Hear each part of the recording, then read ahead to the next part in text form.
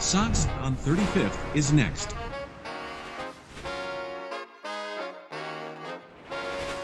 Doors open on the left.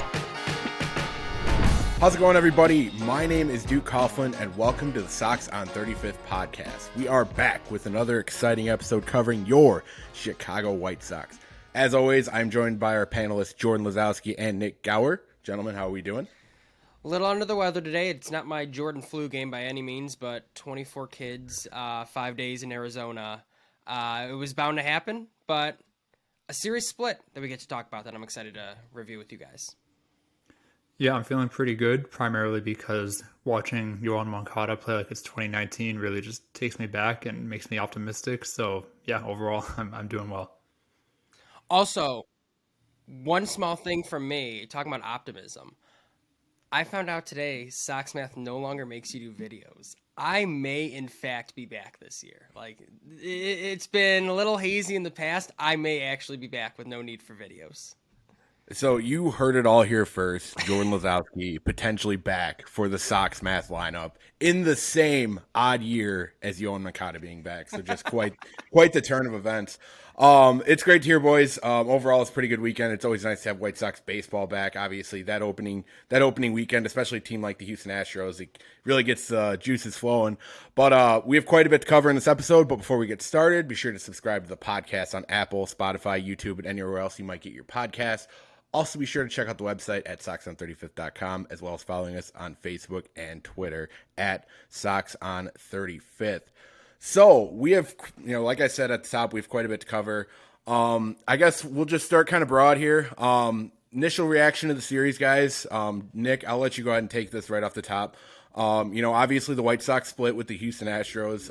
The Houston Astros, reigning World Series champions. We all saw opening day, really the first two games with those horrendous golden jerseys when, just the horrible style that they have in Houston, in that terrible stadium as well. Sorry, I have to get all the shots out of the way with Houston right off the bat. But, initial first reactions, I know you brought up Yoan Moncada. What are your thoughts about how the Sox played in the series? Yeah, overall, I'm pretty happy. I think getting a split, especially in Houston where the White Sox, especially lately, have struggled is really good. I think just to start out, I want to start with the starting pitching because I think overall, all four of the starting pitchers were pretty good. I mean, obviously Dylan Cease was electric. He was head and shoulders above everyone. But even Lynn, Giolito, Clevenger all, pitched fairly deep into the game considering it was their first start and they weren't maybe fully stretched out. And they all, kept the White Sox in the game. Nobody got really roughed up. Like I kind of expected maybe one or both of Lynn or Clevenger to not pitch that well, but they all did. Clevenger today, he had 8 strikeouts in 5 innings. Sure, he hit a couple of guys, it was a little wild at times, but his stuff looked pretty good. His velocity was good. And Lynn and Giolito got into some jams, but were able to work themselves out of them. Their off-speed pitches look decent, and overall, I'm optimistic purely because of that. I mean, the starting rotation, I think a lot of us, myself included, were a little worried going into the season, not by the pitchers themselves, more so that if someone gets injured or if 2 people get injured, then you're looking at a really weak rotation. But overall, the pitchers look good so far. And I'm curious to hear from Jordan on that because I know that you probably have a lot of thoughts on Dylan Cease, but also just overall, I know you have a lot of good insights on pitching usually. The Cy Cease narrative is alive and well, boys. That is absolutely one of my favorite takeaways from the weekend. But honestly, Nick, to your point, when Lance Lynn arguably has the worst start of the weekend, that's a really good series for the team. And I think, they dropped 2 games, sure. In years past, we've seen them just feel like they got boat raced by Houston every time they went out there. Or it wasn't really going to be a competitive series, or it didn't end up being a competitive series, or there was at least one blowout in the series. None of that really happened. I think they were in every game. There are plenty of bullpen decisions, in-game management decisions I think we definitely have to talk about and kind of break down here. But overall, like you said, Lance Lynn probably had the worst start, and it really wasn't even that bad. So when you put that all together, yes, you guys like Yoan Moncada, a big part of things. Dylan Cease, a huge part of things. There's some negatives in there too on the offense and the bullpen as well. But the biggest takeaway for me was just it was a competitive series. Like to walk away 2-2 in those games, it feels good and bad. Good because you walked away with 2, but bad. It's like they could have won all 4 reasonably, and that's a great place to be early on in the season. Well, I think when you're just taking a look at the starting rotation numbers, we got out of Houston only allowing 5 earned runs as a rotation. And I know you just highlighted Lance Lynn as kind of the guy who maybe had a little bit of the rougher outing out of the four of them. He's mostly a fastball guy, and he got out of there with 2 earned runs. I think that's a huge positive because we saw Lance Lynn in the playoffs against Houston 2 years ago getting absolutely shelled. So a huge positive because Houston is historically a really good fastball hitting team. I thought our offense did a great job keeping us in every ball game, even in the ones that we ended up losing. I really do like what you guys brought up about or Jordan, the boat racing kind of aspect, where we didn't really have a game where they just kind of made a huge run on us. Unfortunately, they waited until the final inning of the series to really kind of make that run. And I know all of us were a little bit nervous watching the end of that game today. But even then, defense prevailed, Luis Robert making a game-saving, one of the best plays of the year so far in center field. I really think we're looking at a really nice setup here. But anyway, I'm really, really positive with how I'm seeing the rotation. And my guy, Michael Kopech, hasn't even pitched yet. He's pitching opening day tomorrow, or opening day today, depending on when you're listening to this. Monday. He's pitching on Monday. That's the best way I can put it. But yes, really excited about what I'm seeing from the starting rotation. The bullpen might be a little bit of a different story, but we'll toss into that here in a little bit. And I will say too, I said Lance Lynn had the worst start. It wasn't even a bad start. Like keep that in perspective too. 5 2/3, 2 runs. That's a good start, but it was arguably the worst one just because of how it sort of ended and some of the walks associated with it. I think overall, plenty of positives to take away from a weekend where, a lot of fans were like, if we even walk away with one, we'll be happy. I think some of the pessimism might have worn off at least a little bit or warded off for a little bit with this series. Well, I guess the way you have to look at it, and, obviously we're going to discuss about this series at length because it was the only series we got over the past week. But this is a White Sox team that has struggled against the Houston Astros, and more importantly, the Houston Astros just won the World Series, and they have come back with a pretty strong roster as well. So this kind of had a little bit of a playoff atmosphere to it. There was some chippiness. I believe there was 10 hit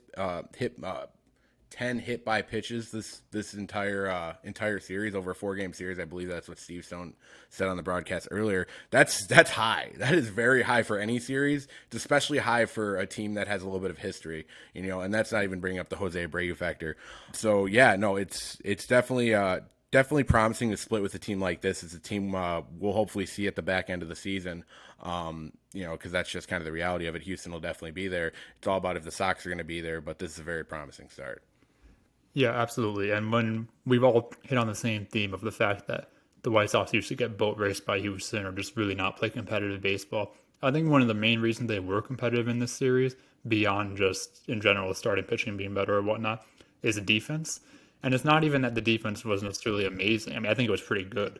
But, first of all, Luis Robert, I know Duke mentioned he had that amazing catch in the 9th inning where, he covered, I think it was 113 feet. He looked like a wide receiver out there, just really tracking it down. And there was also the catch he had the day before at the wall, robbing Kyle Tucker. Actually, twice it was Kyle Tucker. He also hit it today. And there was a sliding catch made later in that game. Robert has been phenomenal. I think that's on defense. I think that's worth noting just because last year he was, his defense, I wouldn't call it bad, but definitely there were some low moments, especially when he was struggling with his, I believe it was vertigo, and you could tell he was having problems picking up the ball. That problem is definitely gone. He looks like 2020 Luis Robert out there on defense. So that's great.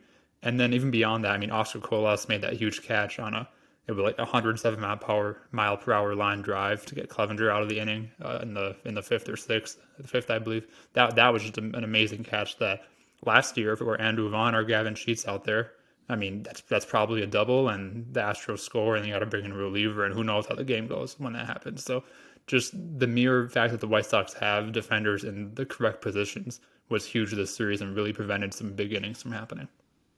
Yeah, what a novel concept. Jeez, playing guys in their right positions goes far for the team. What an idea. Truly, truly historic. Ground we're breaking here. Yeah, no, absolutely. Especially when you look at Oscar Colas in right field compared to the right fielders that we've had of years past. Bringing up Andrew Vaughn and Gavin Sheets just makes me nervous in right field. I've had so many bad experiences with that. But I think the reason I brought up the Oscar Colas play instead of the Andrew Vaughn play that ended the game was just because of how much of a game changer that play felt like it was. And, I think we're getting back to a little bit of the idea of how much defense really does benefit a baseball team. Luis Robert, to that point, a guy who really kind of came alive in this last game of the series, still having some issues in the box as far as like sliders go and whatnot, but that's something that's going to continue to be an issue until he gets that fixed.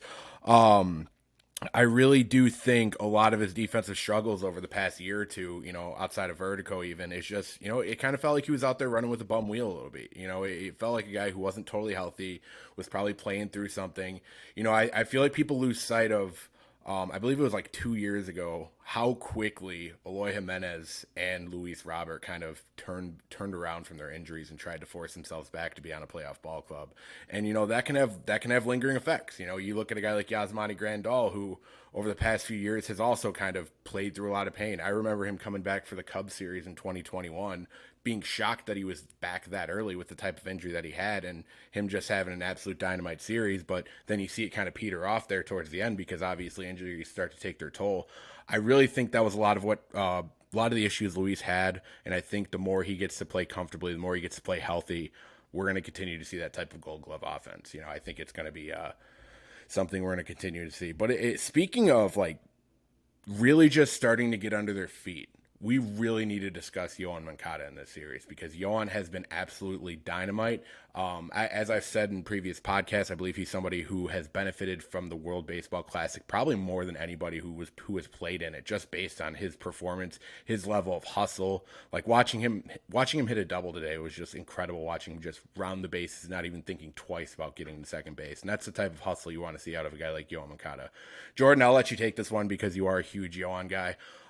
What are your thoughts on Yoan Moncada? Do you think this is something that could be sustainable? Do you think that maybe just confidence has something to do with it? What are your thoughts on how Yoan Moncada is playing right now? I'm actually going to let Nick take his victory lap on this one because I know he's been as big as a Moncada fan as I am. I'm going to let him take his victory lap first. Well, thank you. I think because last week on the podcast I said for the segment who you hire on, I picked Moncada, but honestly, as much as I'm a huge fan of his and I've never really wavered on that, I still didn't expect him to be hitting for power like this. Granted, a couple of his, I think he has 3 doubles so far, and 2 of them were kind of like ground balls that happened to get through that weren't particularly hard hit. But at the same time, that's power, and you can't deny the 2 home runs. So that's what's really encouraging to me. It's just that he's playing a lot looser. You can tell he's having fun, he's smiling, and even though he was thrown out trying to stretch that Abreu error into 3 bases on opening night, I still kind of like that he's playing with the edge to go for it on a night when the White Sox were really struggling to even get guys to advance a single base. He knew how important that extra base was. And you can just tell that the whole team really, from a body language standpoint, from a pure vibe standpoint, like everything is just different. I think that's so key for Moncada because it's not like he's doing anything like that he's never done before. We've seen him hit for power before, we've seen him hit doubles before, but just doing it consistently will be the key. So it's a really, really encouraging start, and I think that as long as he continues to just take these at bats the way he has, like even his foul balls have been impressive. Like on opening night, he barely missed a home run, and then on Saturday he barely missed what would have been a game tying double in the 9th inning just by a few feet. Like he just seems locked in. He's not taking any plate appearances off, and that's going to be the key going forward. And I think to that point, seeing him hit 2 homers to left field is incredibly encouraging as well. Going the opposite way, taking what's given to him, not trying to do too much. It kind of leans into more of everyone's going to refer to 2019, and I don't want to do that, but it leans into the approach he kind of had in that season. It's taking what's given to you and going along with it. That's what leads to better at-bats instead of just looking for one specific pitch so much that you end up missing other good pitchers or hitters' pitches, like fastball on the outer part of the plate. Good thing to go to the opposite field with. Maybe in past seasons he might not do that as much, looking maybe middle in, for example. And I think when you early on in the season homer twice to the opposite field, it says a lot about your willingness to take what a pitcher's giving you and maybe zone up versus just a specific pitch in a specific spot. And I don't think it's any coincidence that both of those homers were on fastballs as well. I know that's been a huge concern for fans as well on Moncada, is his ability to hit fastballs. It looks like an approach where a guy is taking what is given to him more than he's trying to find the perfect pitch for every situation.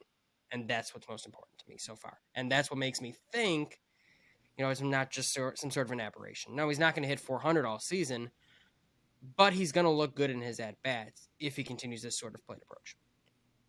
So I really like that. I really like that because I think there's a lot that goes into that. I don't want to beat a dead horse, but I do feel like it's important to bring up that this is probably the first season since 2019 where Yoan hasn't dealt with some sort of injury heading into the season. If you really think about it, 2020 it was COVID, 2021, I believe he was having leg issues in 2022. Obviously, the first 2 months of the season were just so on and off with him being on and off the IL. I really think that plays a lot into it. Plus, he has a lot of baseball under his belt already before a game that mattered, was played. Playing in the WBC, Nick, I thought you brought up a great point. It seems like he's just having fun out there. And, when you're a young guy like Yoan Moncada was when he got his contract, and you're kind of looked at from being like, oh, you just had this great year. Now carry our offense in a sense. You know what I mean? Baseball could turn to a job really quickly. I think people kind of get lost in the idea that once people get paid that they should just continue to play the way they always are. But, expectations are sky high, at that point. But I do also think there is something to do with his patience at the plate. I think that's something that people have talked about over the last few years. Sometimes he can be a little too patient. He can sit on pitches that are just pitches that most people would eat up. You know what I mean? Like, in an inside fastball, that's, something that he can still get around to and get a good piece of. We've seen him just watch too many good pitches go through for strikeouts.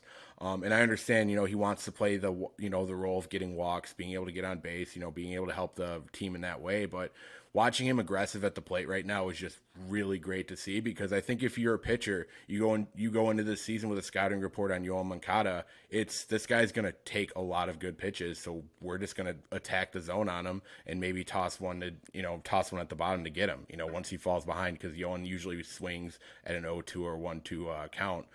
But yeah, no, I completely agree. I think approach is really a big part of it. I think health is a big part of it. I think just him enjoying baseball again is a big part of it. And I think the WBC played a big role in that.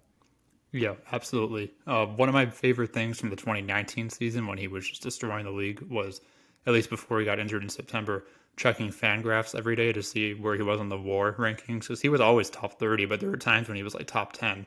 And I mean, stats don't matter right now. Obviously, they've played literally 4 games, but it is nice to look at Fangraphs and go to the updated chart to see Yoan Moncada, number 3 in baseball with 0.5 wins above replacement. Again, very early, doesn't matter, but it's still cool to see his name back up there again. Also, Grandal is in the top 15 as well, which is nice to see, because those two kind of at times carried the offense in 2021 just in terms of getting on base. And if that can happen again, that'll be huge. And that is what's called creating an agenda. Good job, Nik Gaur. Very nice job. I've done that with Dylan Cease in, 2021, when I'm like, well, he's up there in WAR and stuff like that. Is called creating an agenda. Beautiful job. Thank you. I think Yoan's earned it, honestly. I mean, I don't think that's really up for a whole lot of debate. I do think, and maybe this is me because this is a guy that I was high on that a lot of people were low on, but Tim Anderson also coming out pretty hot to start the season. He looks like a guy who wants to prove a lot of people wrong about him, because there was a lot of slander. We've discussed this before, so I'm not going to get too deep into it, but there's a lot of slander hovering around Tim Anderson heading into this season. The entire offseason, they're talking about changing his position. They're talking about whether he's going to continue to be the type of dominant hitter that he is. There's talks of him being injury prone. Like, everything under the sun you could throw at Tim Anderson, you did. And, while he did have a quiet final game of the series against Houston, he's the straw that stirs the drink at the top of the lineup, and he proved it in the first 3 games. He reminded everybody exactly who Tim Anderson is, and I was really I can't say I was surprised per se, and maybe that makes me sound like a little full of myself on the Tim Anderson wagon, but like, I just know what Tim is, and everybody else should know what Tim is, and Tim's just reminding everybody who he is. He even looks a little bit more disciplined at the plate. Whether or not that sticks is another story. We could also, there are teams that could win 162 games still, but we all know how that's going to work out. So it's just a really promising start. And I think Tim is going to be a guy who's really going to take the lead in this lineup. And it looks like with the way we're hitting right now, there's a lot of guys behind him who are going to pick up the slack as well. So But yeah, kind of. So we've talked about quite a few positives. You know, we've talked about pitching. We've talked about Yoan Moncada, Tim Anderson. We should probably go a little bit to the negative side of things here. You know, because I feel like I'm with you, Jordan. I always like kind of having pessimistic Sox Twitter kind of take an L personally, because I think they need it every once in a while. But it wasn't perfect. There were things we certainly could have done to make this series a little bit better. Specifically, we have to look at the bullpen. You know, we talk about the starting rotation really, you know, taking off and getting off to good starts. But once we handed it over to the bullpen, it was kind of a mixed bag. Nick, because you took the Yoan Moncada point, which I apologize. I completely forgot that you were the big Yoan Moncada guy in the group. Jordan, I'll let you take the bullpen. What were your thoughts on the bullpen over the weekend?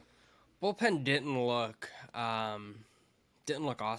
Certainly, I think if you just go guy by guy, I think Jose Ruiz, and this is something we're going to have to talk about. I don't even want to talk about it now.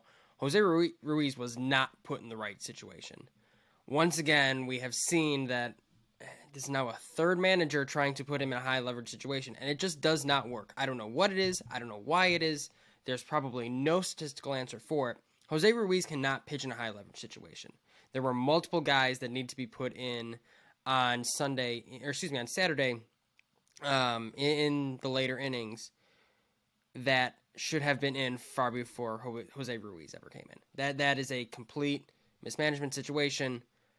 Didn't really see much of an explanation other than not wanting to throw Joe Kelly more than 17 pitches. That doesn't mean Jose Ruiz needs to come in next. So for as many good things as Pedro Grifol might have done this series, that was certainly one that did not agree with from the start and did not go well at the end of the game. Other than that, some things we've seen at times come back to bite the White Sox. Happened again. Kendall Graveman pitching back-to-back days. Doesn't work out really well. Not really sure why. Kind of like Jose Ruiz in high leverage. Doesn't really work out really well. Ronaldo Lopez got the first chance at the saves. Didn't look awesome either game. I think he had the benefit of a lead both on Sunday as well as on Thursday. Throw over 30 pitches both days. You're not going to succeed much as a closer if we need you to pitch back-to-back and sometimes back-to-back-to-back days if you can't go because you just threw 30 pitches the day before. So the bullpen in general looked rocky. I think if there's one positive in there, everyone's going to want to say Aaron Bummer, it makes them nervous, or he stinks, and I don't really care. He looks solid. It was one bad batter to start the game, and he followed it up with a 1-2-3 appearance on Sunday. I will fight you, Duke. I can see you laughing. I will fight you on Aaron Bummer all season. Let's go at it. But other than that, I think the bullpen just didn't look great. Joe Kelly, one other encouraging thing, was his changeup. And I don't remember seeing that much last season. Very encouraged by his outing as well. Yeah, I agree with you overall. I also want to add in that I think I understand why Jake Diekman is in this bullpen, and I know that he's not what he used to be, with Oakland or Kansas City or whatever, but at the same time, and this might go back to the Pedro Grifol conversation that we're going to have soon, but using him against Yordan Alvarez as like a lefty-lefty thing when Alvarez is just as good against lefties as he is righties is something I didn't understand. And Diekman in general, even when he was at his best, was always an extremely high walk guy, or even if he's not walking guys, he's prone to fall behind accounts because he just throws so many sliders that are just by nature hard to control.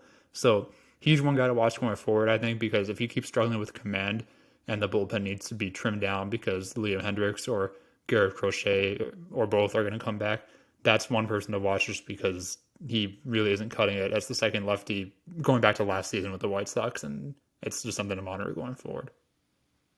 So, in terms of questionable decision-making, I do put the Ruiz outing above the Diekman one.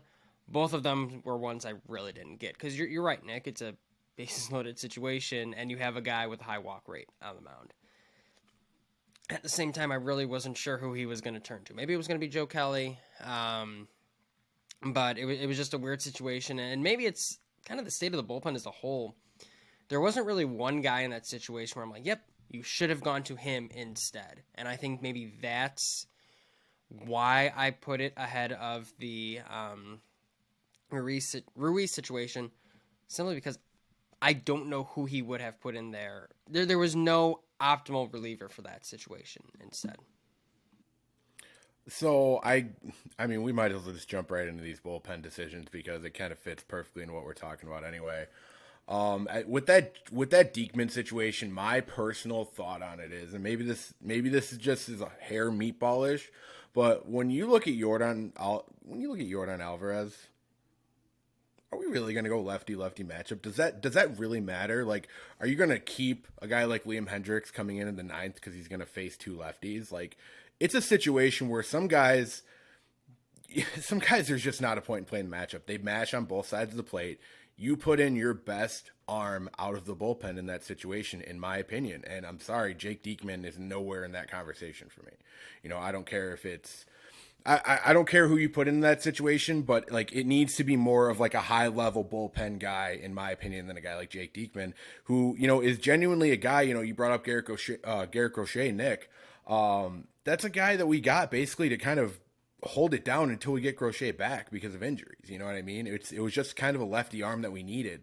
And now I don't want to sit here and completely bury Jake Diekman, but I don't feel like he was really put in a great spot to succeed. That's not the guy I'm going to in a power matchup like Yordan Alvarez with bases loaded any day of the week.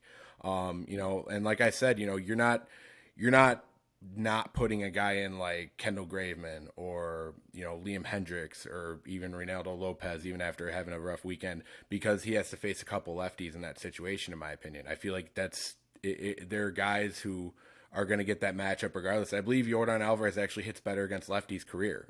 If we're looking at splits, you know, so that's where that situation just really kind of blew me away. I understand the lack of lefty arms, and maybe you want to play the matchup, but that's just a situation where I think you have to throw the matchup out the window. You have to get your best pitcher out of the bullpen, and you have him lock it down. I'm sorry, I did not like that decision whatsoever. But that's kind of the hardest part for me is what was the plan that day? I'm not really sure, and I think it even goes back to the situation before. When Lambert had to come in to finish the 6th inning for Lance Lynn that day. I'm confused why Lambert didn't come back out there for the 7th, because I just don't see what the plan was there. You needed to extend it one more inning. You probably weren't going to have Lopez back-to-back days after he threw 30 pitches in the opener. So you had Aaron Bummer. You probably had Joe Kelly. So was Joe Kelly your closer and Aaron Bummer was your 8th inning guy? Because remember, he brought in Kendall Graveman to start that 7th inning. And Kendall Graveman started the 8th inning on Friday. So I'm not sure what the plan was to bridge to the very back end of the bullpen that day. I would have been curious to see what it was. But it felt like in that situation, kind of to everyone's point here, there were better options, though I'm not sure who was the best option for that situation. I think everyone kind of showed this week, and they've still got some lumps to work out. Santos didn't look phenomenal. He looked like a Thiago Vieira type guy where he throws 102 and doesn't know where he's going at times. And you can go down the list with every single guy kind of like that. So things to work out there still, but the thing that concerned me most there was I don't know. You can make a conceivable plan, but I don't know what that plan was exactly, and that's what I would be most curious about in that situation. Just to add this like small little point here real quick, I think with a guy like Joe Kelly, that's probably where I would have been kind of leaning. I think that's a situation where Joe Kelly's not a set closer at any stretch of the imagination with the way this bullpen is right now, with how fluid this bullpen is currently. You have to just go get the best guy out there, like in my opinion, because that situation right there costs us the ball game. You know, there's no other way to put it. I agree with you both. I think that in a bullpen without a true long reliever now, I'd like to see something like maybe using Jimmy Lambert more to, instead of like Jordan said, instead of just covering 1 or 2 outs at the end of it and come out for the next one and ideally cover a full one there. And what we're all kind of saying too, I think, is it's an implicit defense of Pedro Grifol in a way, because we're saying that in a series where outside of opening day, pretty much every reliever struggled. It's really hard to say like, oh, you should have done this, you should have done that. Like what you need is at least half of your relievers to come in and do their job, and then there's a lot less pressure on the manager. So I think just having an opponent that's not the Houston Astros will make it a lot easier for us to see Pedro Grifol's true tendencies and what he'll do going forward. But speaking of which, I also wanted to comment on pinch hitting or the lack thereof. Because going back again to last week's podcast where my hot take was a very anti Elvis Andrus opinion, I think that I kind of have to mention how on Saturday's game in the 8th inning, there was a runners on first and third, 2 outs, and Elvis Andrus at the plate. They brought in another righty reliever to face him. I thought it was a clear opportunity to pinch hit, whether it was Gavin Sheets, Grandal was on the bench at that point, or even Romy Gonzalez, if you're of the opinion that he's a better hitter than Andrus. But Andrus was not pinch hit for, and he got 5 or 6 pitches. I don't think there was a single pitch in the strike zone. In fact, a lot of them were comically out of the strike zone, but he swung at them anyway after starting off 2-0 or 3-0, and he was out. And it was frustrating to me because I understand that Andrus has earned the starting job, but I don't think he's this kind of guy where you can point to some long track record of success at the plate and say, oh, he's earned the chance to get these at-bats late in the game. I really don't think, even though he's a veteran, that he's earned that just because he's never been a particularly good hitter. And I would love to have seen a pinch hitter there. And also just for him to not necessarily start every game at second base, like get Romy Gonzalez in there every now and then, especially because he was so hot at the end of spring training and did pretty well on opening day.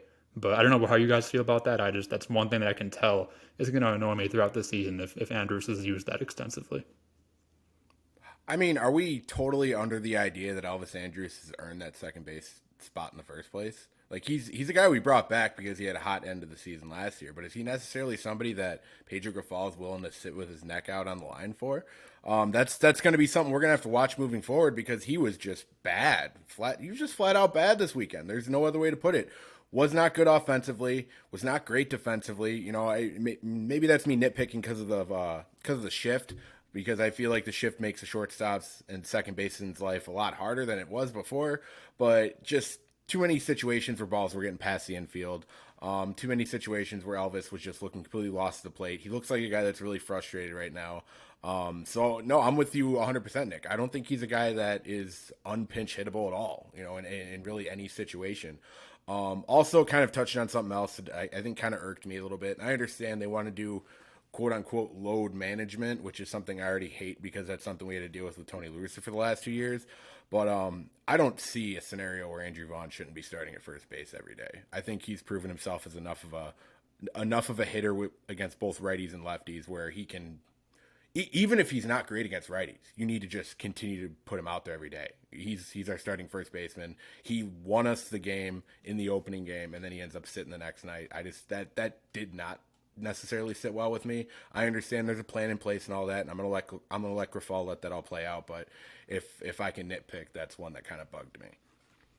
2 other small things in terms of just the negatives or some decision making. Number one, I agree.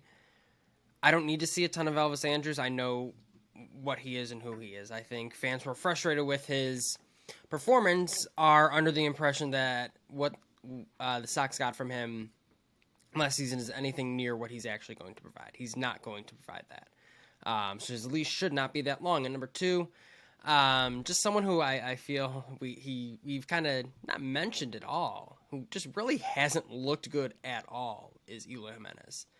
Really, really rough start to the year. Didn't look great in Sunday's ball game. Didn't really look great all series long. And I think there's nothing much to say, are we worried about him, anything like that. But if we're pointing out positives and negatives, certainly someone that I'm like, we're going to need more than that from Eloy Jimenez as the 4-hitter of this team, especially in crucial situations where the team as a whole really struggled with runners in scoring position. And Eloy Jimenez didn't have everything to do with that, but certainly was a part of it and part of a team struggle as a whole in crucial situations. No doubt. And especially with Eloy Jimenez kind of sitting in the middle of the lineup, you absolutely need more production from him. I will say to his defense, 3 RBIs, second on the team currently. He was still somebody that hit in certain situations, but there were too many where he had either bases loaded or runners in scoring position. I'd love to see the statistic of runners in scoring position over the weekend for Eloy Jimenez because I'd imagine it's not great. If I can speak to what I think Eloy's issue is right now, is he's just getting a little too aggressive at the plate. I don't know if that is something where he's just been kind of feeling his swing coming out of the WBC, maybe a little bit of the flip side of the Yoan Moncada situation where he was hitting pretty well over there, and now he's just kind of trying to force the issue. But I really think patience is the key. One thing that I did see out of Eloy was he falls behind in 0-2 counts quite a bit, but he'll work himself all the way back to a full count. I believe he did that 3 times over the course of the weekend. That's the Eloy Jimenez we need to see. We need to be able to see him take those pitches early in at bat, not force the issue. And no, I agree. We do need to see a lot more out of Eloy. And this is me speaking as a huge Eloy guy. But speaking of that, we should probably just jump right into kind of our ideal batting orders. I feel it kind of fits with the theme of what we're talking about right now, especially with where we want these guys lined up and managerial decisions. So I'll give you guys all an opportunity to give your ideal lineup. I'll just go ahead and start right off the top. So number 1, Tim Anderson. Obviously, Tim Anderson is the leadoff hitter of the Chicago White Sox. There's no debate about that. Number 2, Luis Robert. Number 3, Andrew Benintendi. Number 4, Eloy Jimenez. Number 5, Andrew Vaughn.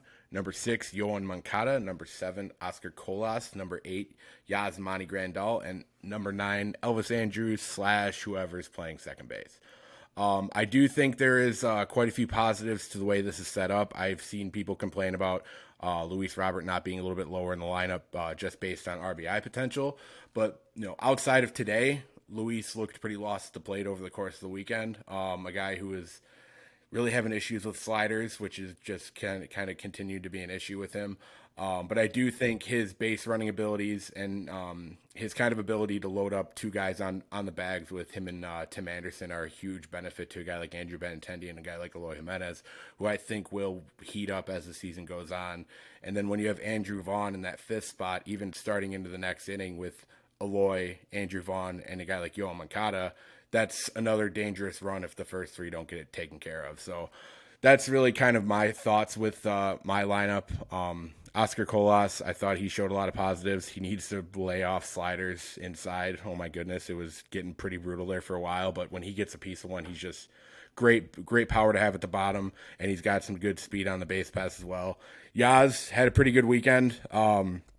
Don't know how confident I am in putting him too much higher in the lineup yet because I want to see that continue. But Yaz will get there. I'm almost sure of it. He definitely looks like somebody who's swinging the bat a lot better than he has been in the past. And Elvis Andrus, you can't make an argument for me at all that he's anything but a 9 hitter at this point. So, Nick, if you want to go ahead and run down your lineup. Sure, yeah. So first I'll just go through my 1 through 9 like Duke did. Leading off, I have Anderson. Then I go with Moncada second. 3rd, Jimenez. 4th, Luis Robert. 5th, Benintendi. 6th, Andrew Vaughn. 7th, Grandal. 8th, Oscar Colas. And 9th, preferably Romy Gonzalez, but whoever's playing second base, like Duke said. And my reasoning for these, I think moving Moncada second, I've already seen enough to know that he's not 2022 Moncada. He might end up having a worse season than he's currently on pace for, obviously, but I don't think he's going to be like a black hole in the lineup anymore. He's clearly healthy now and feeling better. So I like having him at the top of the lineup because he's patient and he has longer at bats, and I think that's helpful. Keeping Jimenez 3rd, I'm not that you guys said you were worried about him. I know you actually made that clear, but I actually thought that even though his results were pretty bad this weekend, he had a few 100+ mile per hour line drives to the outfield. I went right at an outfielder, and so you can't fault him for that. The numbers look bad. He struck out a bit too much for my liking, but he also, like Duke said, worked counts more than he used to in the past, going from 0-2 to 3-2 a few times, and I liked seeing him lay off some sliders that were just off the plate. This might be controversial, but I have Robert 4. I know that he was, at least on offense, pretty bad until today's final game, but overall, I really believe in the talent there. I think that if he starts hitting for power more consistently, like he had 2 extra base hits today, then I don't really have a better 4 hitter here other than maybe Andrew Vaughn, but that'll depend on how the season goes. I have Benintendi 5. I mean, obviously he had an okay at best series, and he at least took a walk in today's game, but I just like having someone who's good with runners in scoring position batting 5th, and in his career, Benintendi is very good at that.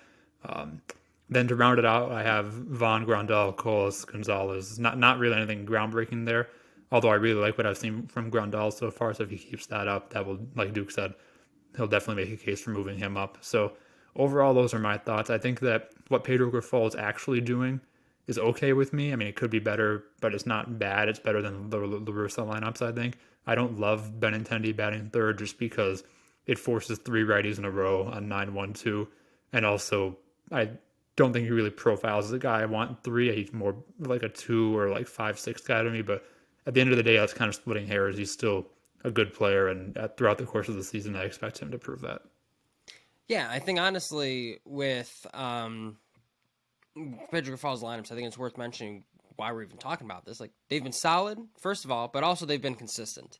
And I think because of the consistency, it gives us the ability to look back and say, do we like this? Do we not like this? What have you? I'm pretty disappointed in both of you putting Grandal so low. I will revisit this later in the season, however. I opened my mouth too quickly when he came back last year. So I'm not going to do that again this year. My lineup is Anderson, Benintendi, Jimenez, Vaughn, Moncada, Grandal, Robert, Colas, and Andrews. I'll start with the most glaring one. I can't fathom putting Luis Robert anywhere near the top 5, even 6 in the order until he looks like it looks like I can understand his approach at the plate. Any hitter I look at in the lineup, I look at him like, okay, I can reasonably understand their approach at the plate. Luis Robert, even when he fouls things off or when he takes real big hacks, I can't see an approach. He hit today or Sunday, he hit 2 fastballs that pretty much split the middle of the plate, and he hammered them off the wall and over the wall. That didn't prove anything to me in terms of his plate approach. I think he is someone that, when stacked with Anderson at the top of the lineup, those are 2 guys who can have very short, aggressive at-bats that are unproductive far too often to make them anything near the table setters they would need to be. I even hesitate keeping Anderson at 1. I think I would even move him to 2, potentially. I am just not sold by those 2 at the top of the lineup at all. That is my biggest gripe with Pedro Fall's lineup. He seems to not be willing to change that based on some comments he's made. Other than that, everything feels pretty standard in mine. I think Benintendi's a prototypical 2-hitter. Lefty, puts the ball in play, has relatively good at-bats based on what we've seen this series.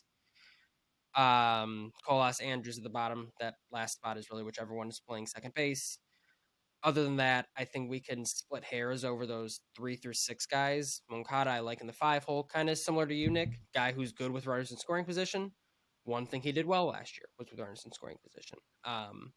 So some similarities in all of our lineups, but the biggest one for me is it's the biggest gripe I have with this weekend as a whole. Luis Robert, long term, should not be hitting 2 for this team, especially if Tim Anderson is hitting first. All right, that is a relatively hot take. I didn't totally expect that. I do have to preface this by saying I'm not at all surprised that Yasmani Grandal is above Luis Robert. I don't know if that's necessarily the way I'd let that shake out. I think I might switch those 2 spots around if I was in that role. But, I really do think I think there's a good argument, and I've been the one that's been really critical of Luis, especially on Twitter. As far as just his approach, I agree with you 100% when it comes to his approach, Jordan. It's been brutal. It really has been. Anything slider out of the zone, Luis is either going to have a fairly lazy swing at it or lazy attempt at it just to kind of get a swing on a ball, or it's just going to be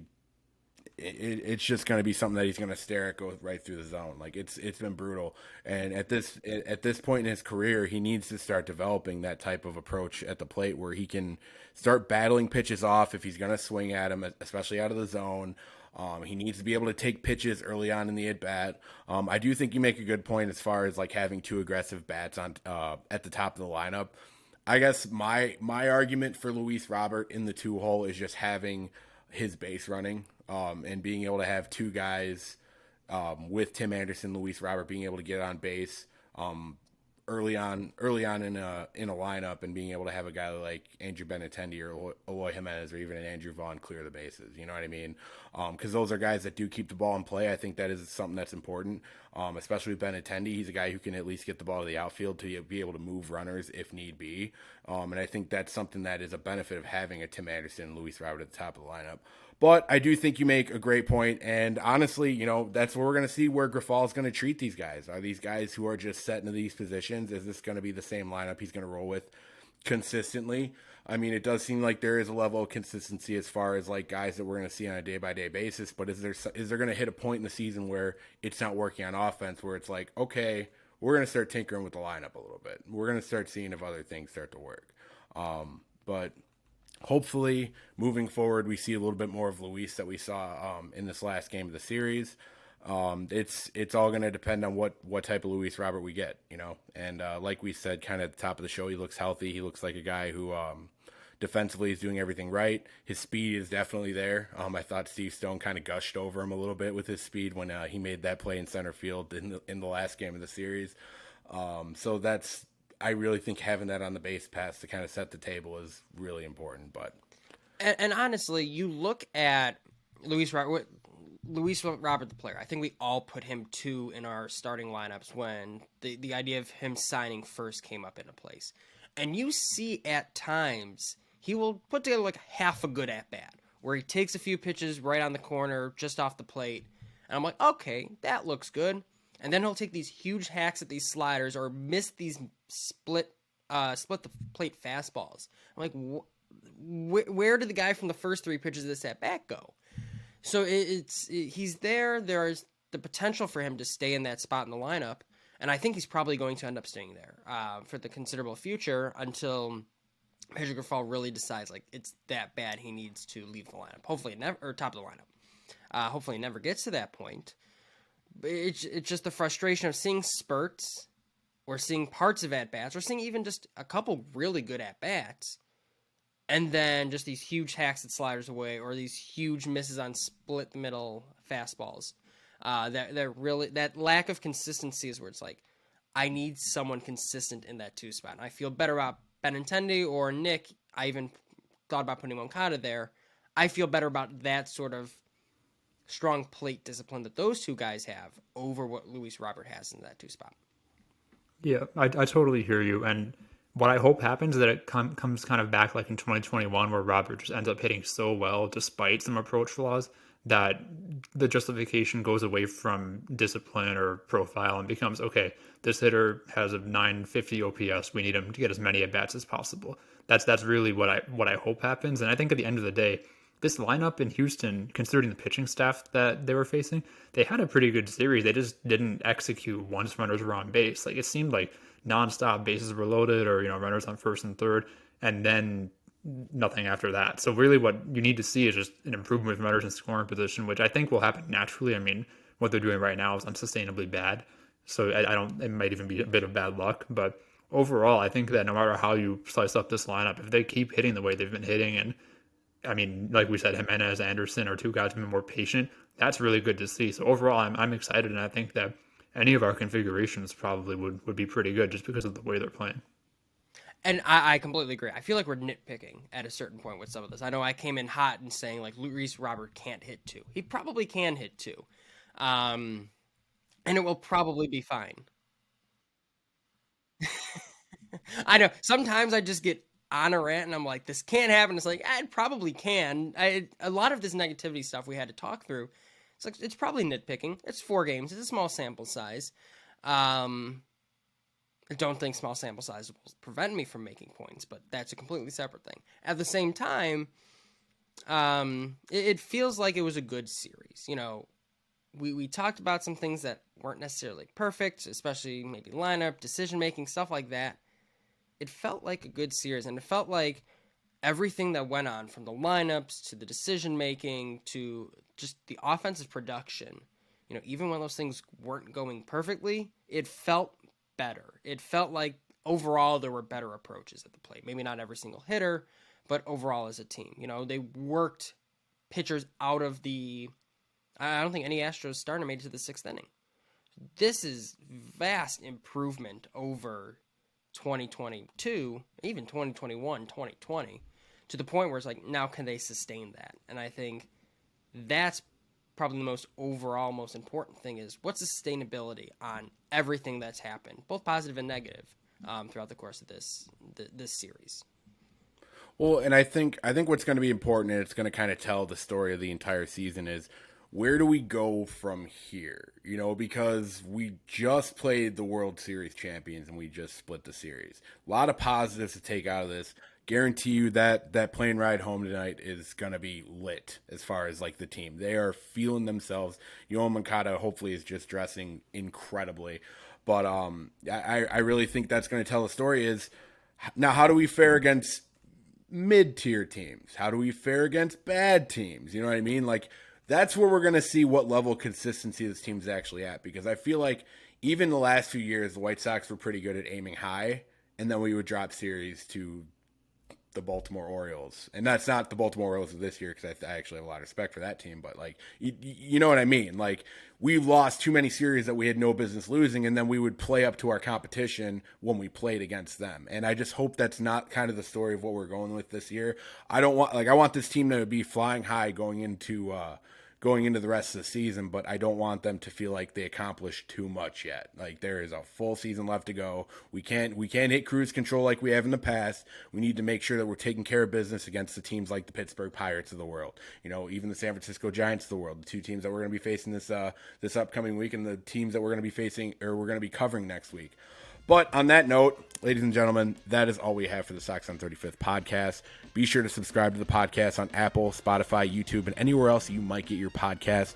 Also, be sure to check out the website at soxon35th.com, as well as following us on Facebook and Twitter at SoxOn35th to stay up to date with your Chicago White Sox. This has been Duke Coughlin, joined as always by Jordan Lazowski and Nik Gaur. We'll be back next week as we cover another week of White Sox baseball. Thank you, and go Sox! Go White Sox. Go Sox.